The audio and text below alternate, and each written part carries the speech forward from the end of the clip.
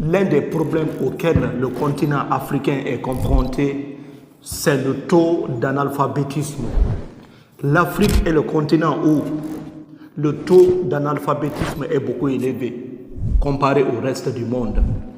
C'est l'une des raisons pour lesquelles ça va être très difficile pour le continent africain de se développer. On ne peut pas développer un pays où la majorité de la population est analphabète. Qu'est-ce que ça veut dire? C'est de ça qu'on va parler dans cette vidéo. Parce que ça fait tellement mal de voir aujourd'hui le continent africain souffrir un peu partout. Et on va encore continuer dans cette souffrance pendant de très nombreuses années. Parce qu'il y a certaines réalités qu'on n'arrive tous pas à comprendre. On ne peut jamais développer un pays où la majorité de la population est analphabète. Quand on parle d'abord de l'analphabétisme, c'est quoi alors? Ce sont des gens qui ne savent ni lire ni écrire. Quand on dit ça, les gens disent non, moi je ne suis pas analphabète. Non, moi mes grands-parents n'étaient pas analphabètes. Vous allez comprendre que vous êtes vraiment analphabète. Être analphabète, ce n'est pas seulement à dire que non, si je ne parle pas la langue française, la langue anglaise, chinoise, japonaise, etc., je suis analphabète. Non, c'est dans ta propre langue qu'on parle. Tu ne sais ni lire, ni écrire. Avant même l'indépendance, il faut voir comment les gens vivaient en Afrique.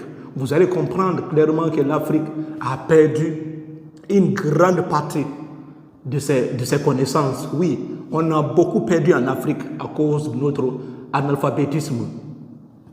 Si tu regardes bien l'histoire, avant la colonisation, prenons seulement 1000 ans avant d'abord la génération de nos parents, ou bien 7 générations avant la génération de nos parents. Qui d'entre vous avait une écriture? Toutes les communautés africaines, rares ce sont des communautés qui avaient des écritures. C'est très rare de voir ça en Afrique. Ça veut dire quoi? Ça veut dire plus de 7 générations, 8 générations, on n'avait pas d'écriture. On a perdu toutes ces connaissances. On n'a même pas pu écrire quelque chose. Qu'est-ce que nos grands-parents nous ont légué? Absolument rien du tout. Rien n'a été laissé.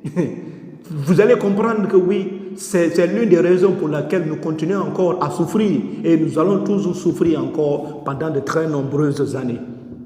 Quand les Blancs sont arrivés en Afrique, ils ont clairement vu qu'on était analphabètes. L'éducation se passait de bouche à l'oreille.